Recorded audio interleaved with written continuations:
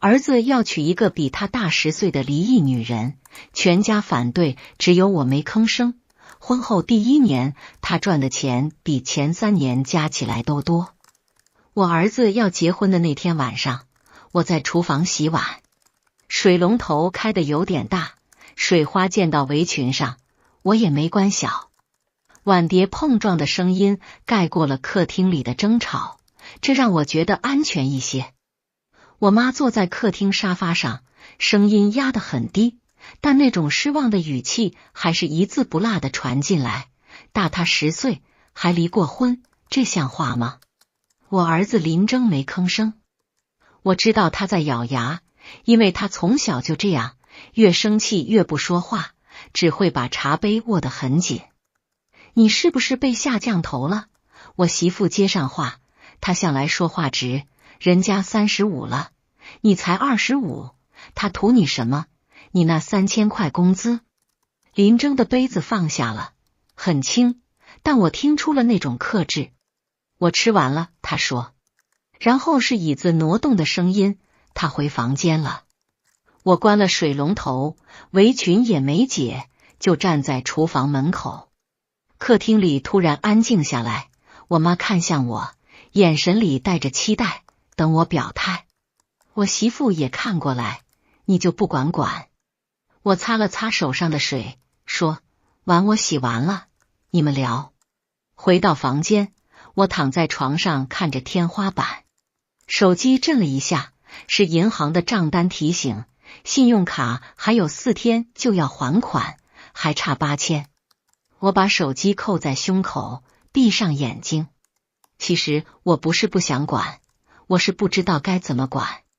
林征这孩子跟我一样，认准的是9头牛都拉不回来。我年轻时也是这样，非要娶他妈，我爸打断了一根扁担。现在想想，那根扁担断得值不值，我也说不清。半夜12点，我起来上厕所，看见林征房间的灯还亮着。我站在门口停了一会儿，最后还是没敲门。第2天早上，林征出门上班前，把一张红色请柬放在餐桌上。下个月8号，他说，酒店我订好了，不办酒席，就摆2桌，请几个朋友。说完他就走了。我妈拿起请柬看了一眼，又扔回桌上，进厨房煮粥去了。我媳妇坐在沙发上刷手机，突然冷笑一声，你看看人家朋友圈晒的名牌包，5星级酒店下午茶，这种女人能看上咱们家，肯定有问题。我没接话。我在想另一件事。林征上个月工资到账后，第1次主动给了我2000块，说是孝敬钱。他以前从来不会这样，都是我问他要，他才转账，还要拖个2、3天。那天他转账的时候，我问他哪来的钱，他说他教我的。当时我没多想，现在想起来，觉得这句话有点怪。林征带那女人回家，是在订婚前1周。我妈那天专门去菜市场买了鲈鱼，她平时舍不得买，嫌贵。我媳妇也难得的化了妆，涂了口红，换上去年过年买的那件羊毛衫。我知道他们心里都憋着一股劲，想看看那女人到底长什么样。门铃响的时候，我正在客厅擦茶几。我媳妇抢先去开门，脸上挂着笑，但眼睛是冷的。阿姨好，门外的女人声音很轻。我抬头看了一眼，愣了一下。她穿得很素，灰色毛衣配黑色长裤，脸上没什么妆，头发随意的扎在脑后，手里提着一盒水果和一袋茶叶，不是超市货，包装看着挺讲究。但最让我意外的是她的眼神，不躲闪，也不讨好，就那么平静地看着我们，像是在观察，又像是在等待什么。这是我妈，林征介绍道，然后指向我媳妇，这是我嫂子。伯母好，嫂子好，他又叫了一遍，把东西递过去。我媳妇接过东西，眼睛往他手上瞟，没戒指，没名表，只有一块很普通的电子表。坐吧。我妈从厨房出来，围裙都没解，在沙发上坐下，开始打量他。气氛有点僵。林征去厨房倒水，那女人就坐在沙发边上，背挺得很直。我注意到她的手一直放在膝盖上，没有乱动，也没有玩手机。你今年多大了？我妈开口，语气不算客气。35，她答得很快。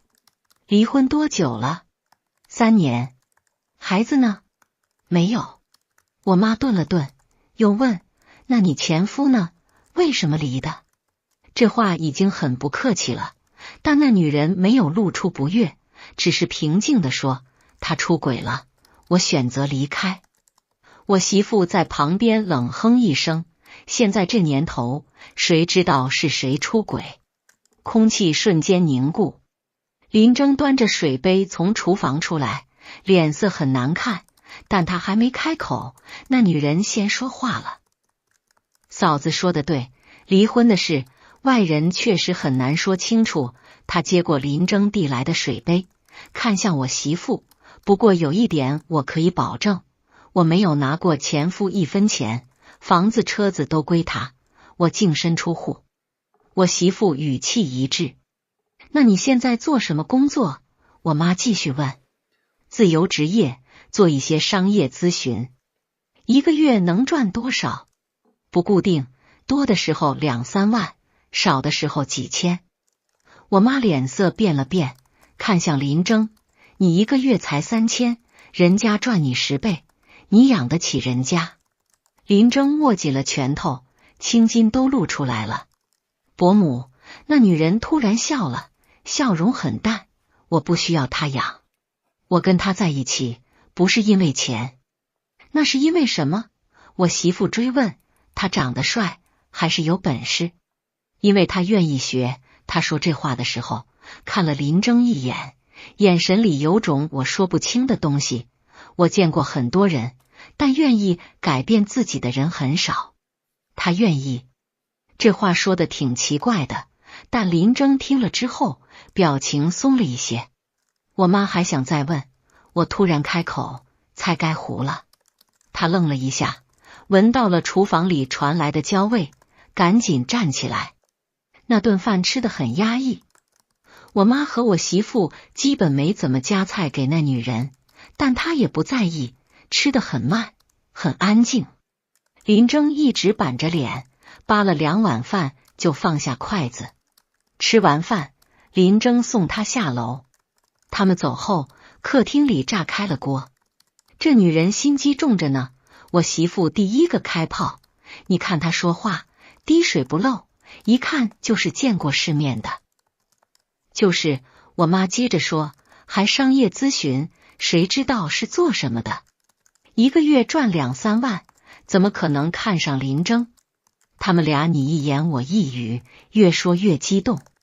我坐在沙发上没说话，我在想那女人的手，她的手很白，但指关节有点粗，指甲剪得很短，没有涂指甲油。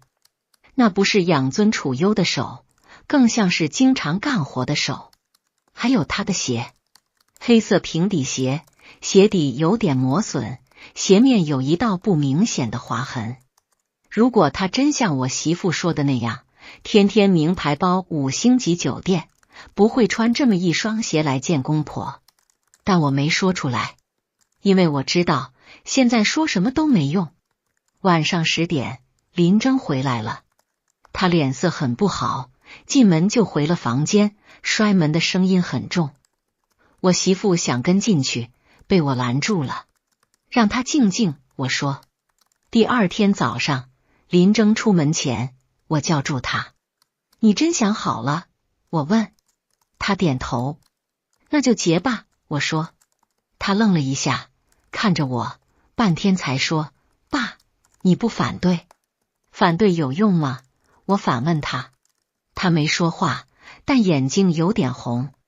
出门前，他突然回头：“爸，你等着，我会让你们看到，我没选错。”我看着他的背影消失在楼道里，突然想起他小时候。那时候他跟别的小孩打架，回来脸上挂了彩。我问他疼不疼，他咬着牙说不疼。其实我知道疼，只是他不想认输。婚礼前3天，那女人约我见面。她发来的信息很简单：伯父，我想单独跟您聊聊，方便吗？我回了一个好字，约在了小区附近的茶馆。我提前10分钟到，点了一壶普洱。他准时出现，还是上次那身打扮，灰色毛衣，黑色长裤，平底鞋。不好意思，让您久等了。他在我对面坐下，给自己倒了杯茶。你找我什么事？我开门见山。他喝了一口茶，放下杯子，看着我说：“我知道您对我有疑虑。”我没否认。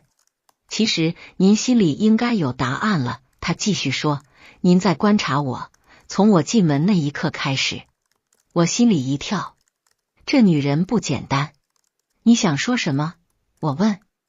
我不图林征的钱，也不图他的人。他说得很直接，我图他的潜力。潜力？对。他点头。林征现在1个月3000工资，在一家小公司做销售，3年了，业绩平平。但我见过他的客户记录本，他记得很详细，每个客户的喜好、家庭情况，甚至生日，他都记下来了。我知道那个本子，林征从高中就开始记东西，什么都往上写。他不是没能力，是没人教他怎么用。他继续说，他太老实，不懂得经营关系，不懂得包装自己。但这些都可以学，所以你要教他。我问。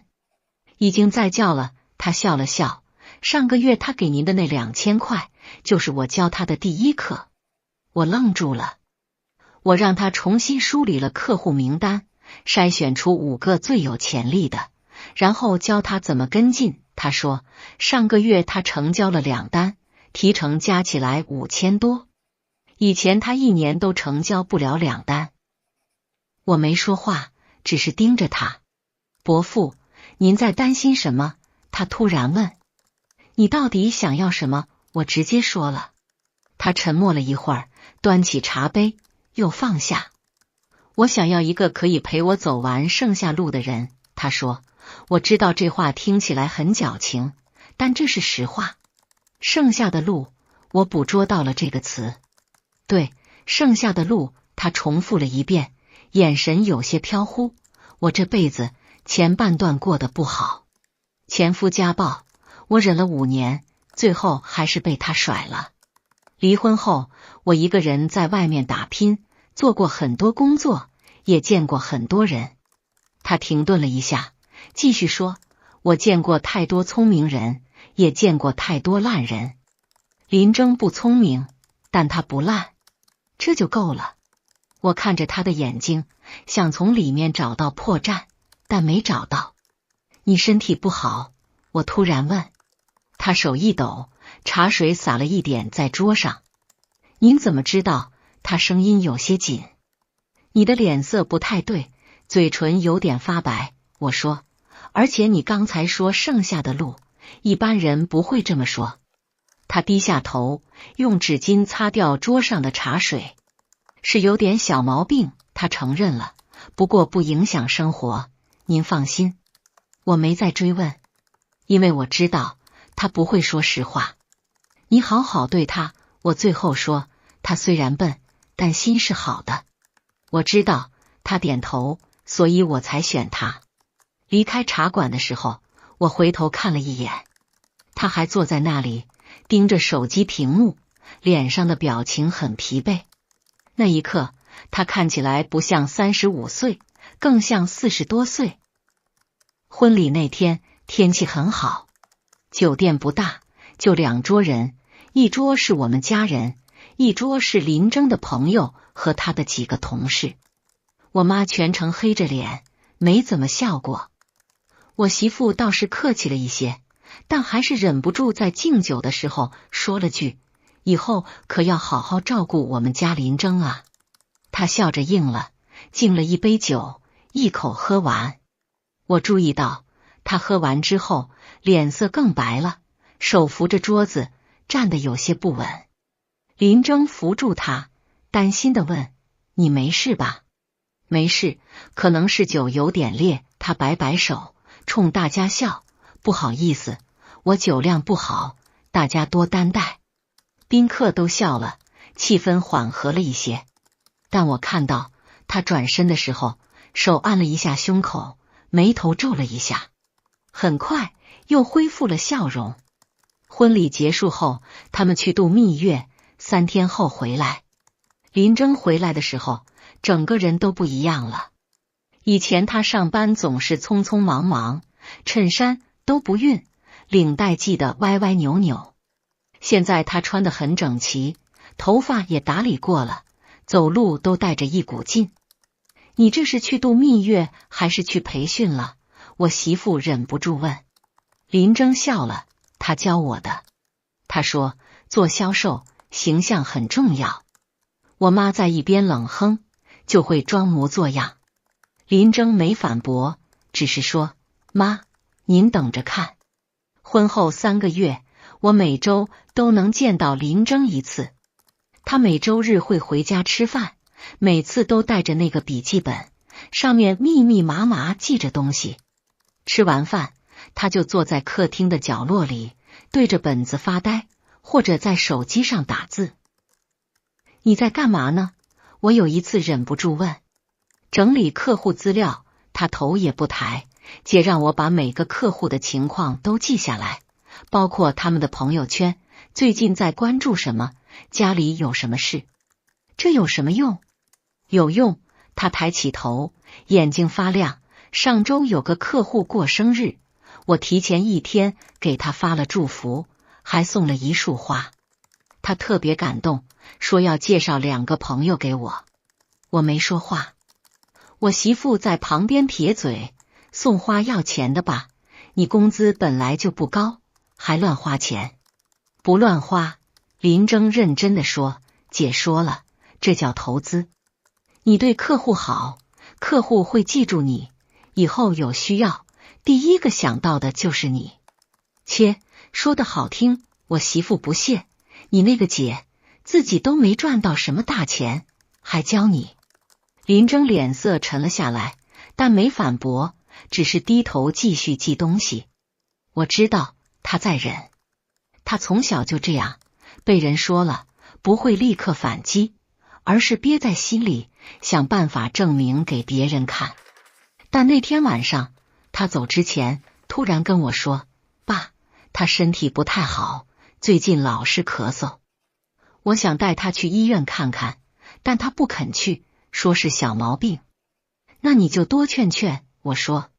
我劝了，他不听，他有些无奈。他说现在不能耽误时间，等我站稳了再去看。我心里一紧。什么叫等你站稳了？他说他要在我30岁之前把我交出来。林征笑了笑，但笑容里有些苦涩。他总是这么说，好像他时间不多了似的。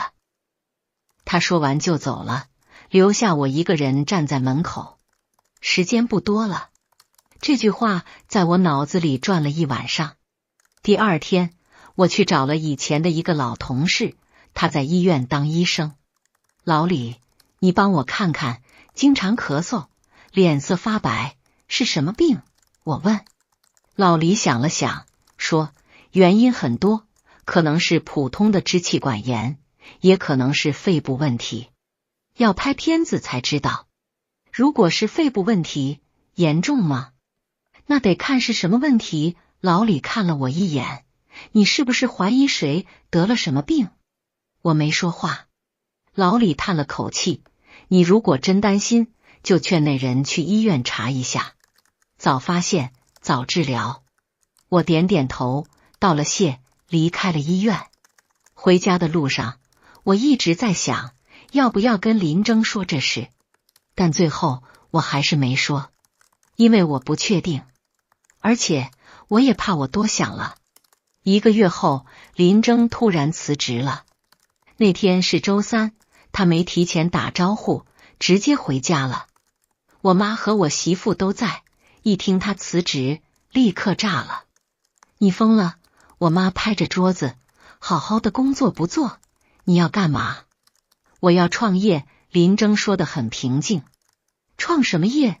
你有钱吗？你有资源吗？我媳妇急了，你是不是被那个女人洗脑了？林征皱起眉头，嫂子，你别这么说她。我怎么不能这么说？我媳妇声音更大了，你自己想想，你结婚之前好好的，现在变成什么样了？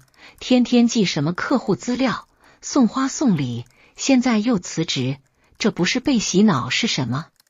他是在帮我。林征也急了，站起来，你们根本不懂。我们不懂，你懂什么？我妈也站起来，你现在1个月才挣多少钱？你还房租吗？你还吃饭吗？我会赚到钱的。林征的声音有些颤抖，给我半年，半年之后，我一定能赚到比现在多10倍的钱。做梦！我媳妇冷笑，你以为赚钱那么容易？你那个姐要是真有本事，她自己怎么不发财？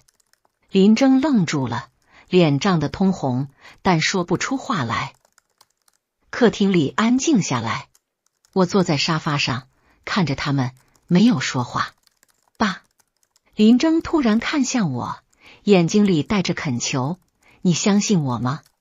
我看着他，这个从小就不服输的儿子，现在眼睛里满是倔强和期待。你需要多少钱？我问。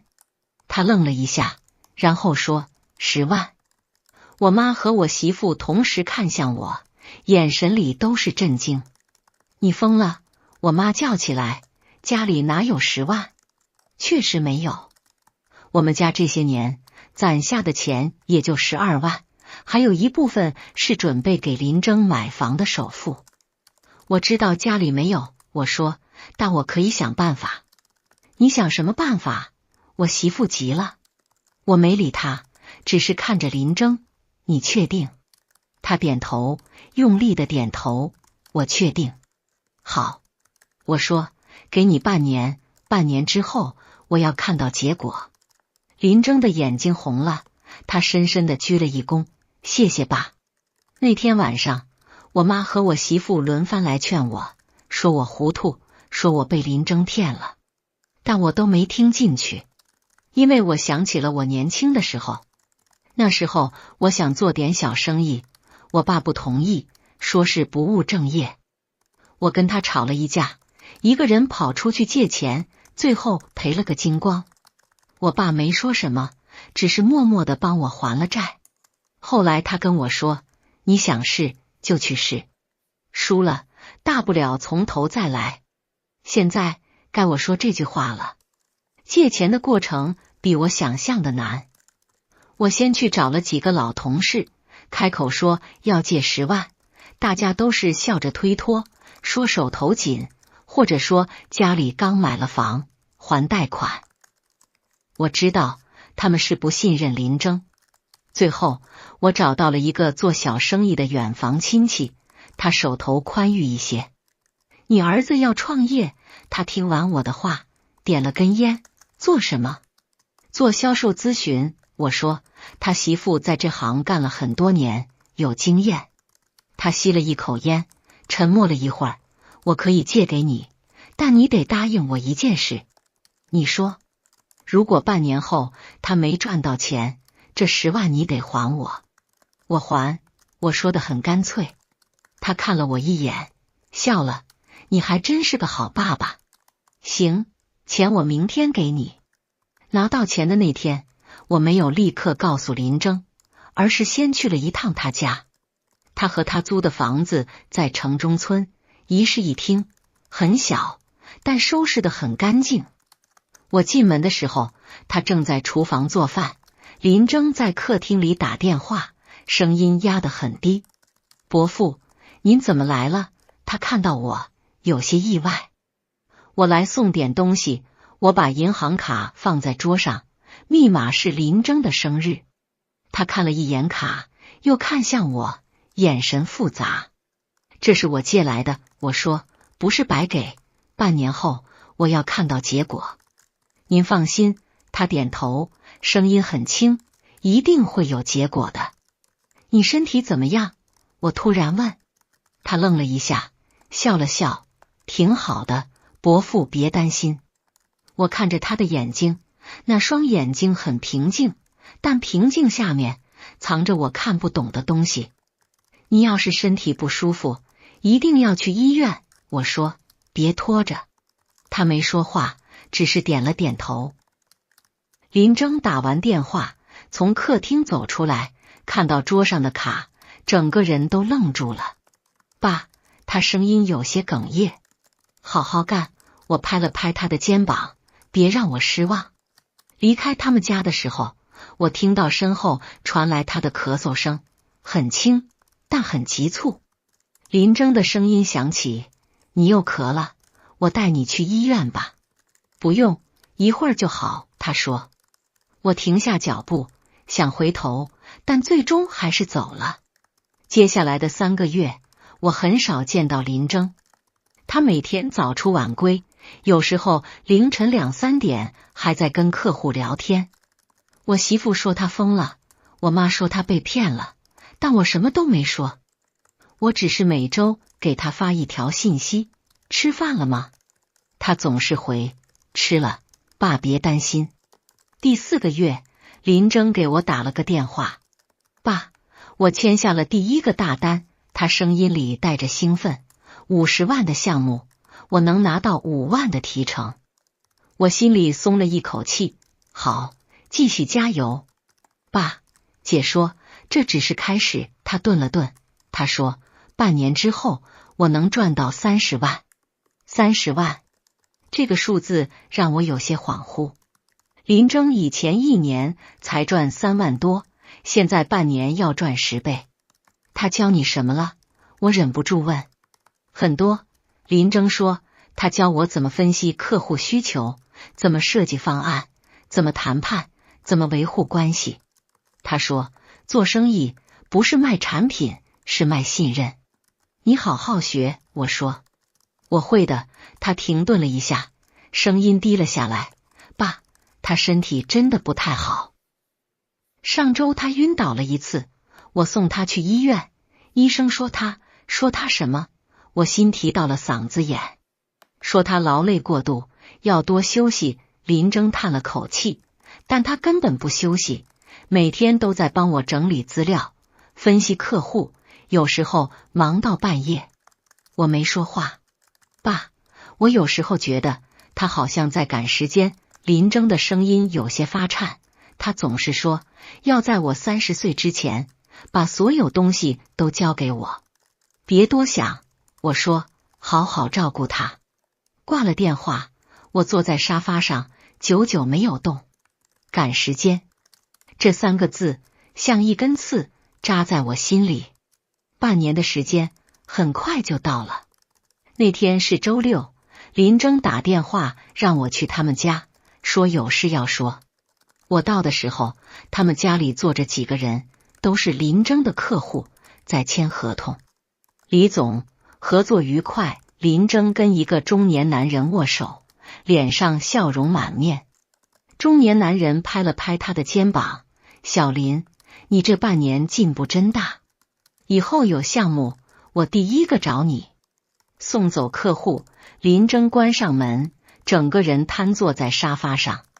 累坏了吧？他端了一杯水过来，递给他。林征接过水，一口气喝完，然后看向我，爸，我做到了。他从抽屉里拿出一个文件夹，递给我。我打开，里面是一张张银行流水记录。这半年，我一共赚了32万。林征说，扣掉成本，净赚28万。我看着那些数字，半天说不出话来。爸，我把10万还给您。林征拿出一张卡，剩下的钱，我想继续投到生意里。我接过卡，手有些抖。你做得很好，我说，声音有些哽咽。林征笑了，但眼睛红红的。都是姐教我的。他看向他，眼神里满是感激。如果没有他，我不可能做到。他坐在旁边，脸色很苍白，嘴唇有些发干。他对我笑了笑，伯父，我没骗您吧？我点点头，你确实没骗我。那以后您就放心把他交给我了。他说，这话听起来有些奇怪，但我没多想，只是点了点头。林征去厨房准备晚饭，我和他坐在客厅里。他给我倒了杯茶，手有些抖，茶水洒了一点出来。你去休息吧，我说，我自己来。没事，他擦掉茶水，坐回沙发上。伯父，我想跟您说件事。我心里一紧，你说。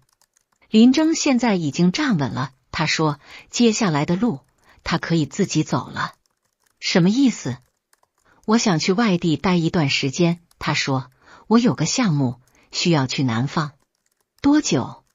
不确定，可能3个月，也可能半年。我看着他，心里涌起一股不安。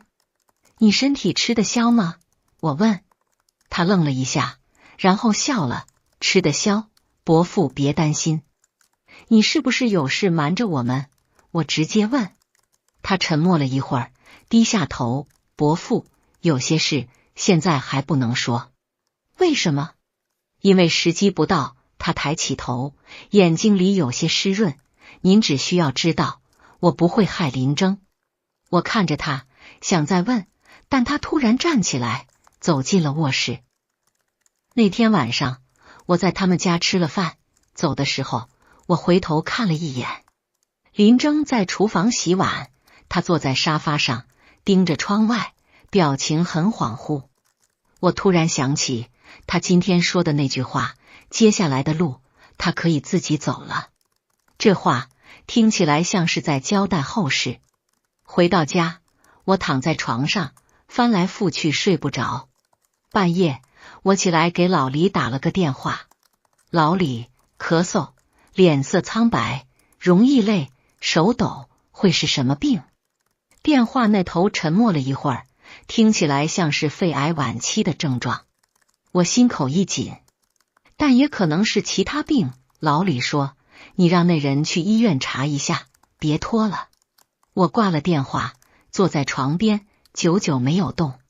第二天，我又去了一趟林征家，这次只有他在家。伯父，您怎么又来了？他开门，有些意外。我想问你件事。我走进屋，直接说，你是不是病了？他脸色变了变，但很快恢复平静。您怎么这么想？我有个朋友是医生，我把你的症状说给他听，他说可能是肺癌晚期。我盯着他，是不是？他低下头，没说话。我去医院查过了，他终于开口，声音很轻，肺癌晚期，医生说最多还有1年。我脑子里轰的一声，像被什么东西砸了一下。林征知道吗？我问。他摇头，不能让他知道。为什么？因为他知道了，就会放弃现在的一切来陪我。他抬起头，眼睛红了。伯父，他现在刚刚起步，不能停下来。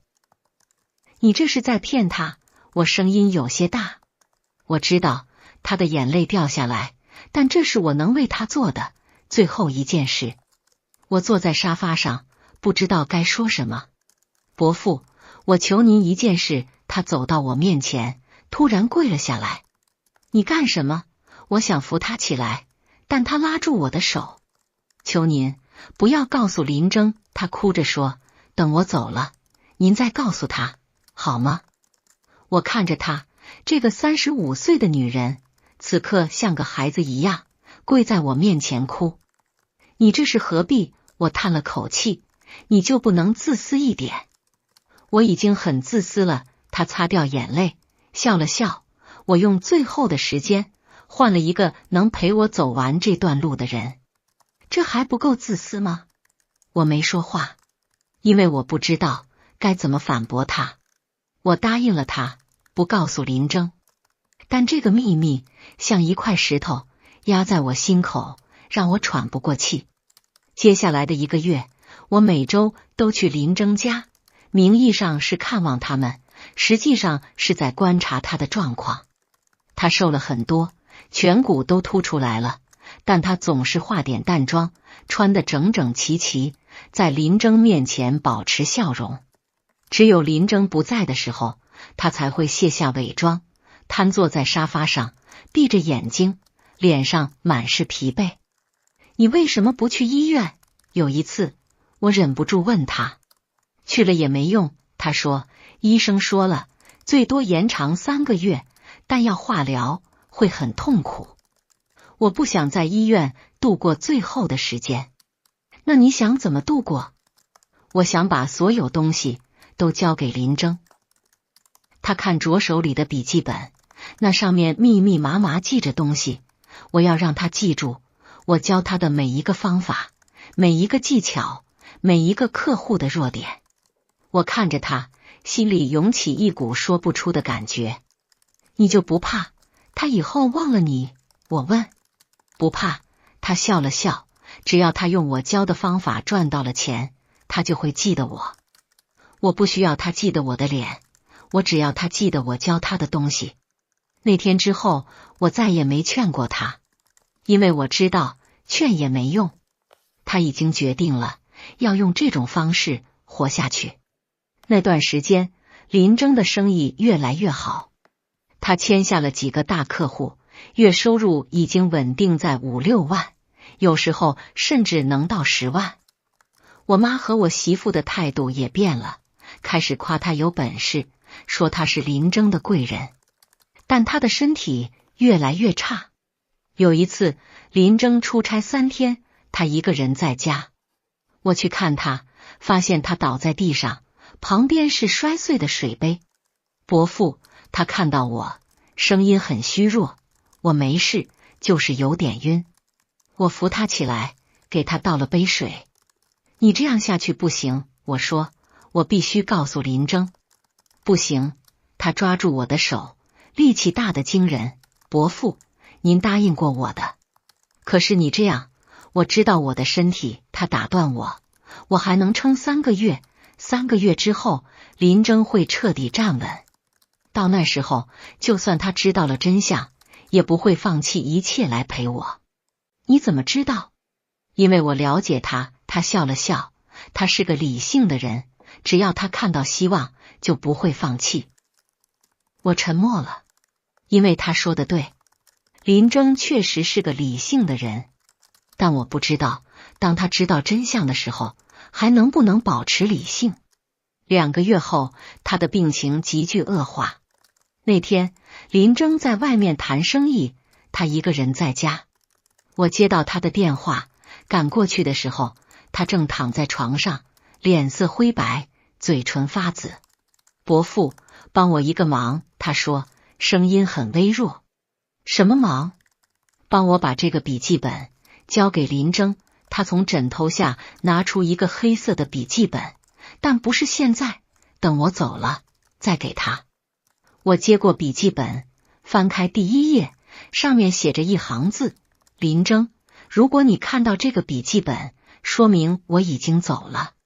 别难过，这是我自己的选择。我的手抖了一下。你在里面写了什么？我教他的所有东西，他说，包括怎么分析客户，怎么谈判，怎么维护关系，怎么扩展人脉，还有我这辈子遇到的所有坑，所有教训，我都写在里面了。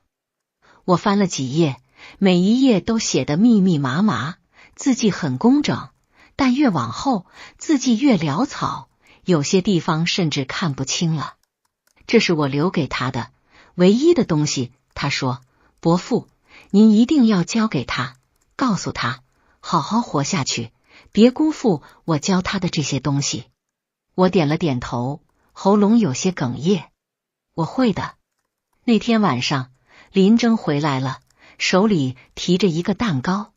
姐，今天是你生日，他笑着说，我特意提前回来给你过生日。他看着他，眼睛红了，但还是笑了。你记得啊？当然记得。林征打开蛋糕，你教我的，客户的生日要记住，自己老婆的生日能不记住吗？他笑了，笑着笑着，眼泪掉了下来。怎么了？林征有些慌。我说错什么了吗？没有，他擦掉眼泪，就是太感动了。那天晚上，他们一起吃了蛋糕，一起看了电影，一起聊了很多事。我坐在客厅的角落里，看着他们，心里像压了一块大石头。我知道，这可能是他过的最后一个生日。他的身体越来越差，但他还是坚持不让林征知道。每次林征在家的时候，他都强撑着精神，陪他聊天，给他出主意，帮他分析客户。只有林征出门之后，他才会倒在床上一动不动。你这样撑着，到底为了什么？有一次，我实在忍不住问他。为了让他记住我最好的样子，他说，我不想让他记住我躺在医院里插着管子，虚弱的连话都说不出来的样子。可是他有权利知道真相。我说，我知道。他点头，但现在不是时候。什么时候才是时候？等他彻底站稳。他说，等他的生意稳定下来，等他有了自己的团队，等他不再需要我的时候。我看着他，突然明白了他在等什么。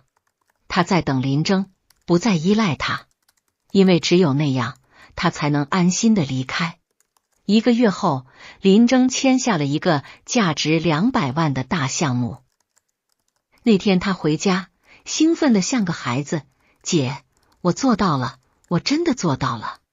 他坐在沙发上，脸上带着笑容，但身体明显有些撑不住。恭喜你，他说，我就知道你可以的，都是你教我的。林征坐在他旁边，拉着他的手，如果没有你，我不可能走到今天。傻瓜，他摸了摸他的头，这都是你自己努力的结果。不是你，林征认真的说，你教我的那些方法，我一辈子都不会忘。他的眼睛红了，但还是笑着，那就好。那天晚上，林征出去应酬，我留下来陪他。伯父，我可能撑不了多久了，他突然说。别说这种话，我说。我知道自己的身体，他摇摇头，最多还有1个月。那你打算什么时候告诉林征？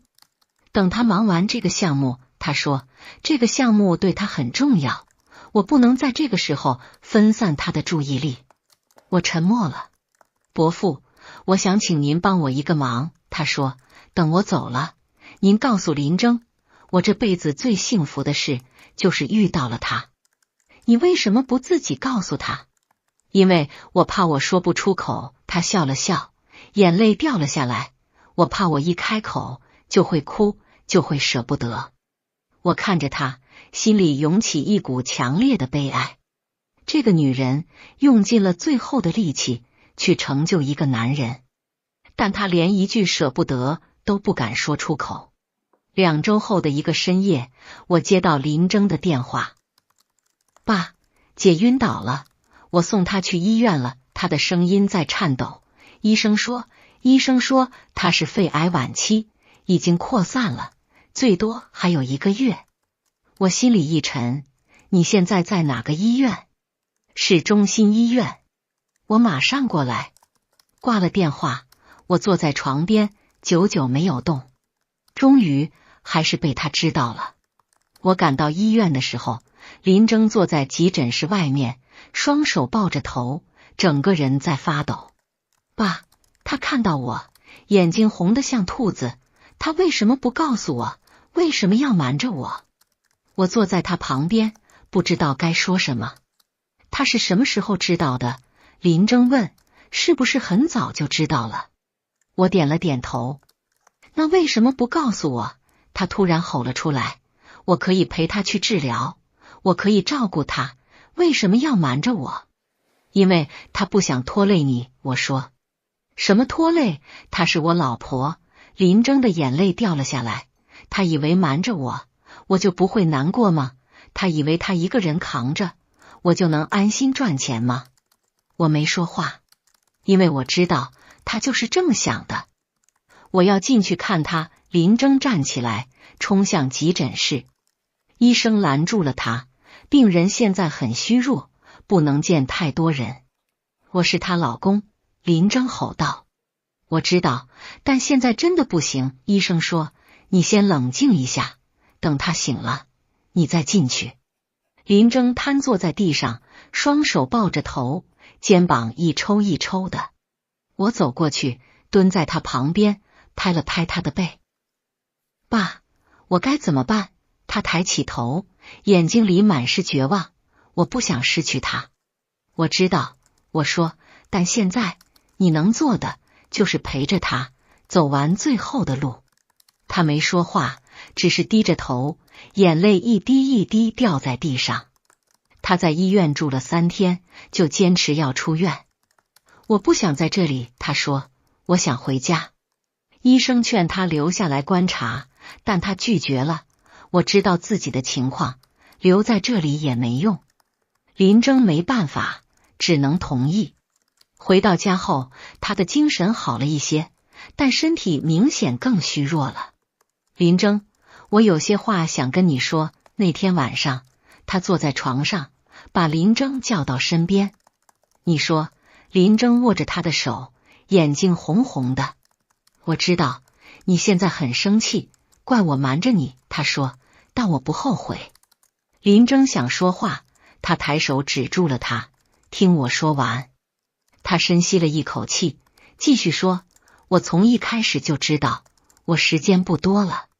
医生说，如果不治疗，最多2年；如果治疗，可能延长半年，但要承受很大的痛苦。那你为什么不治疗？林征的声音在颤抖。因为我想把时间用在更有意义的事情上。他说，我想在有限的时间里，把我会的东西都交给你。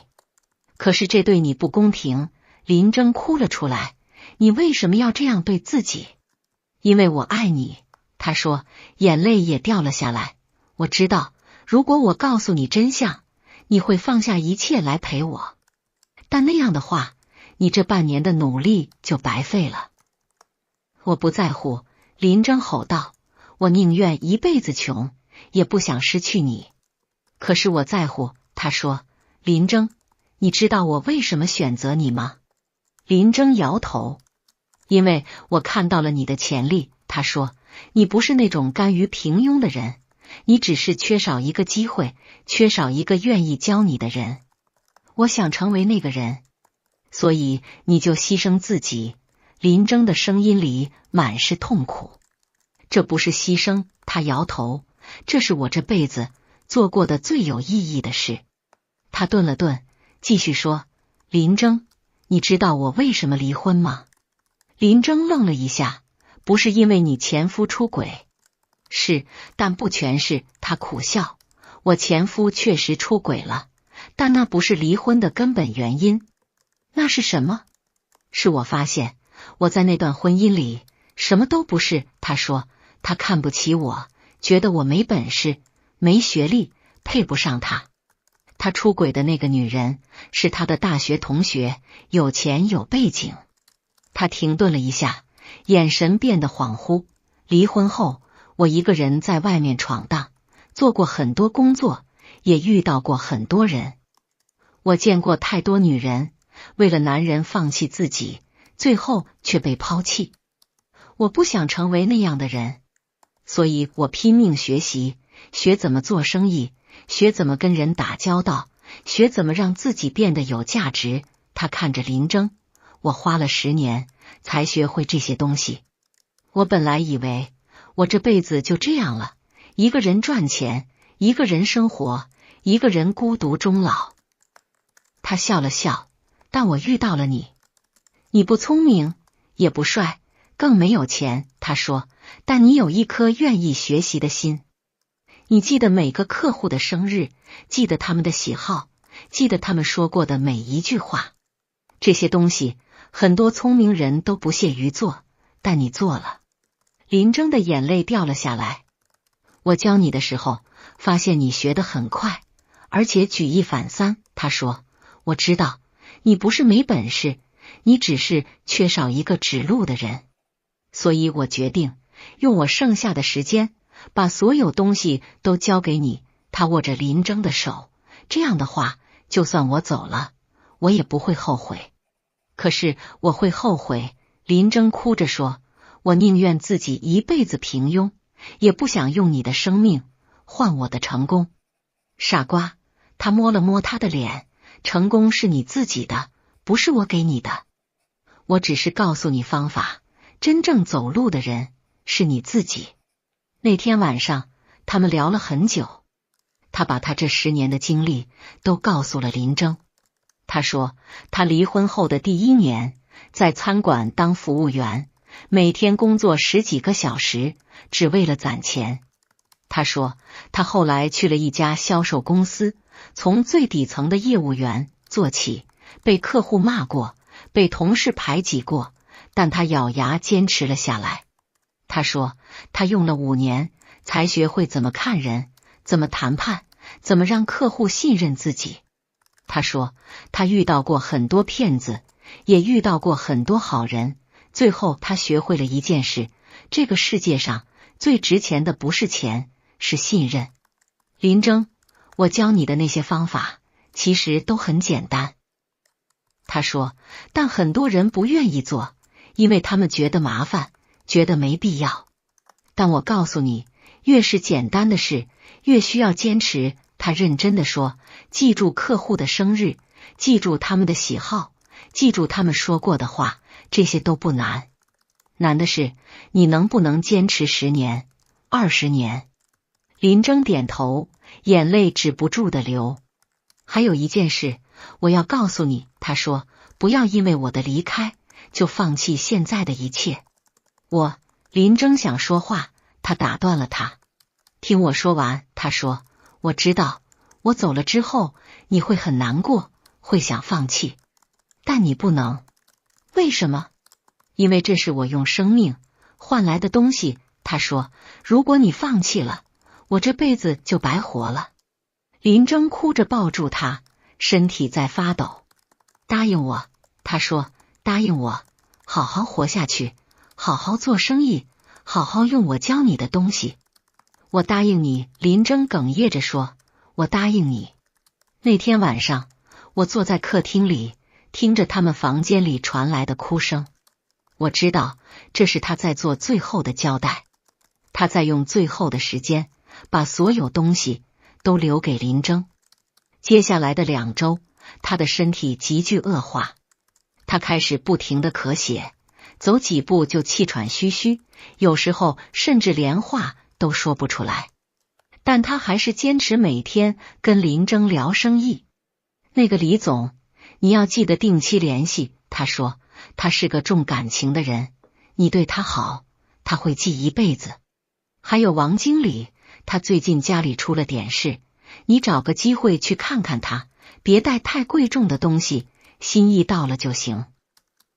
张老板那边，他最近在考虑换供应商，你可以主动联系一下，但别太急，要让他觉得是他需要你，不是你需要他。林征把他说的每一句话都记在笔记本上。姐，你别说了，休息一下。他心疼地说。不行，我要趁着还能说话，把所有东西都告诉你。他咳了几声，继续说，还有一件事，你要记住，做生意最重要的是诚信，宁愿少赚钱，也不要骗人。他说，因为信任一旦失去，就再也找不回来了。林征点头，眼泪掉在笔记本上。那段时间，林征推掉了所有的应酬，每天陪在他身边，但他不让。你该干嘛干嘛去，他说，别耽误了生意。生意没你重要，林征说。生意就是我，他认真地说，你把生意做好了，就是对我最好的纪念。林征没办法，只能白天出去谈生意，晚上回来陪他。有一天，林征接到一个电话，是一个大客户，要他第二天去外地谈一个项目。这个项目很重要，如果谈成了，你可以赚到50万。他说：“你去吧。”我不去。林征摇头：“我要陪着你。”你必须去。他说：“这是我教你的最后一课。”什么最后一课？学会取舍。他说：“林征，人这一辈子会遇到很多选择，有些选择看起来很残忍，但你必须做。我不想做这种选择。”林征哭了出来：“我不想为了50万就丢下你，傻瓜。”他摸了摸他的脸：“你不是丢下我，你是在完成我的心愿。我知道，我现在让你去谈生意，你心里会很难过，会觉得自己很无情。”他说：“但你要记住，这是我希望你做的。”林征说不出话来。去吧，他说，我等你回来。第二天早上，林征出发了。临走前，他在门口站了很久，最后还是转身离开了。我看着他的背影，心里涌起一股说不出的悲哀。那天下午，他的病情突然恶化。我赶到他们家，看到他躺在床上，脸色灰白，呼吸急促。伯父，他看到我，声音很虚弱：“林征呢？”“他去谈生意了。”我说。“那就好。”他笑了笑。我就怕他不去。你为什么要这样逼他？我忍不住问。因为我想让他知道。他说，有些时候你必须狠下心来做出选择，可是你这样太残忍了。我知道。他点头。但这是他必须学会的。做生意不能总是优柔寡断，该放手的时候就要放手。他停顿了一下，继续说，我希望他记住，我是心甘情愿让他去的。这样的话，他以后做类似的选择就不会那么痛苦。我看着他，突然明白了他的用心。他不是在折磨林征，他是在教他怎么面对人生中最艰难的选择。那天晚上，林征打电话回来：“姐，项目谈成了。”他的声音在颤抖：“我明天就回来。”“不急。”他说，“你把合同签了再回来。”“可是听话。”他说，“我等你。”挂了电话，他看着窗外，眼泪慢慢流了下来。“伯父，如果我撑不到他回来。”他说，“您帮我把那个笔记本给他。”“你会撑到的。”我说。“但愿吧。”他笑了笑，闭上了眼睛。那天晚上，我一直守在他身边。他睡得不安稳，一直在咳嗽，有时候还会抑郁。我听到他在喊：“林征，对不起，对不起。”我握着他的手，心里像被什么东西揪着，疼得厉害。林征第二天晚上回来了。他推开门，看到他躺在床上，立刻冲了过去。“姐，姐。”他握着他的手，声音在颤抖。他睁开眼睛，看到他，笑了：“你回来了。”“我回来了。”林征的眼泪掉了下来。“合同签好了，我赚了50万。”“那就好。”他说，“我就知道你可以的。”“姐，你别说话了，我送你去医院。”林征想抱他起来。“不去。”他摇头，“我想在这里。”“可是，林征，听我说。”他打断他：“我知道，我时间不多了。”“别说这种话。”林征哭了出来。“听我说完。”他说，“我有些话必须现在说。”他深吸了一口气，继续说：“我这辈子做过很多错事，也走过很多弯路，但遇到你是我做的最对的一件事。”“姐，让我说完。”他说，“我知道，我走了之后你会很难过，但你要记住，我不后悔。我教你的那些东西，你要继续用。”他说，“不要因为我走了就放弃。”“我不会放弃。”林征哭着说，“我答应你，我不会放弃。还有一件事，他说，你要找个好姑娘，重新开始生活。我不要，林征吼了出来，我这辈子只要你。傻瓜，他笑了笑，人要往前看。我走了，你还要活下去。我不听，我不听。林征像个孩子一样，把头埋在他怀里，哭得撕心裂肺。他抬起手，轻轻摸着他的头，眼泪无声地流下来。林征，答应我，他说，好好活下去，好好做生意，好好爱一个人。我答应你，林征哽咽着说，我都答应你。那就好，他说，我可以放心了。那天晚上，他的呼吸越来越弱。林征握着他的手，一直在说话，说他们刚认识的时候，说他们第一次约会，说他教他的那些方法，说他们的未来。他一直在听，偶尔点点头，偶尔笑一笑。凌晨3点，他突然睁开眼睛，看着林征。林征，他说，声音很轻，我爱你。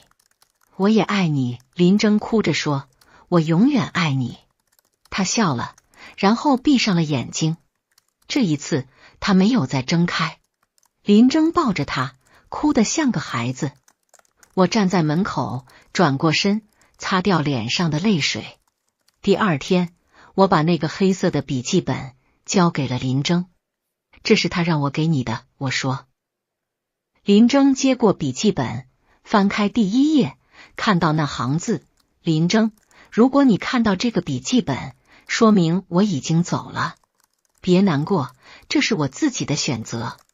他继续往下翻，每一页都写满了他教他的东西，怎么分析客户，怎么谈判，怎么维护关系，怎么扩展人脉，还有他这辈子遇到的所有坑，所有教训，所有经验。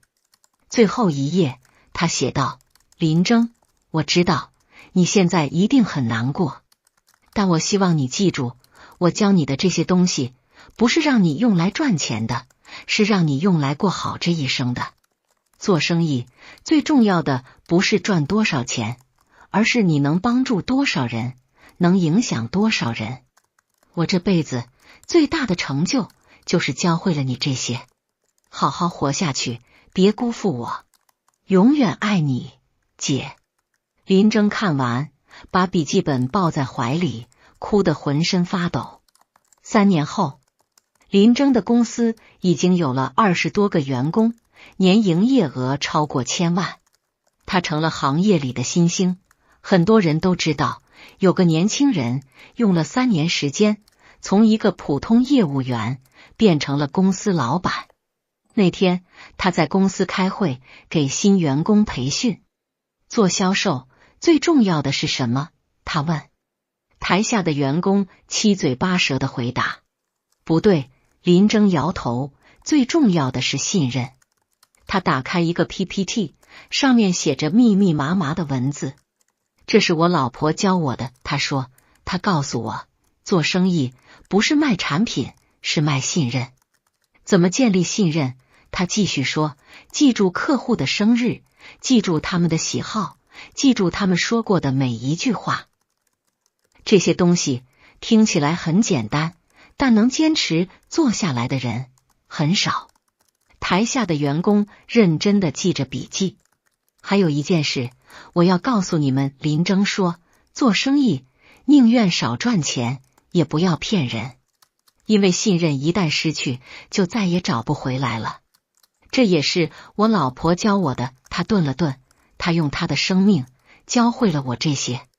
会议结束后，林征回到办公室，从抽屉里拿出那个黑色的笔记本。他翻开第1页，上面的字迹已经有些模糊了，但他还是能清楚地记得每一个字，每一句话。姐，你看到了吗？他对着笔记本说，我做到了。我用你教我的方法，帮助了很多人。他说，我没有辜负你。他合上笔记本，看向窗外，阳光洒进来，照在他脸上。他眯起眼睛，嘴角露出一丝笑容。我会一直记得你，他说，记得你教我的每一句话，每一个方法。你说过，做生意最重要的不是赚多少钱，而是能帮助多少人。我记住了，我会用我的余生去实践你教我的这些，因为这是我对你最好的纪念。那天下午，林征开车去了郊外的公墓，他的墓碑前放着一束白菊花。姐，我来看你了。他蹲在墓碑前，把手里的笔记本放在墓前。这是你给我的，我一直带在身边。我现在每天都会翻一翻，看看你写的那些话。他说，有时候遇到难题，我就会想，如果是你，会怎么做？然后我就知道答案了。他笑了笑，你说奇怪不奇怪？你明明已经走了，但我总觉得你还在我身边。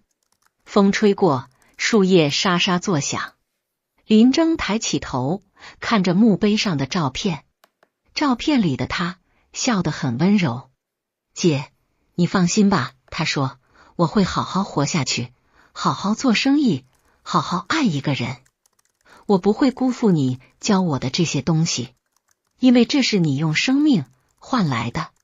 他站起来，深深地鞠了一躬，然后转身离开。走到门口，他回头看了一眼，墓碑在阳光下泛着淡淡的光。他笑了笑，转身走进车里。车子缓缓驶离，消失在道路的尽头。阳光洒在公墓里，照在那束白菊花上，照在那块墓碑上，也照在那个黑色的笔记本上。笔记本的封面写着一行字，送给林征，我最爱的人。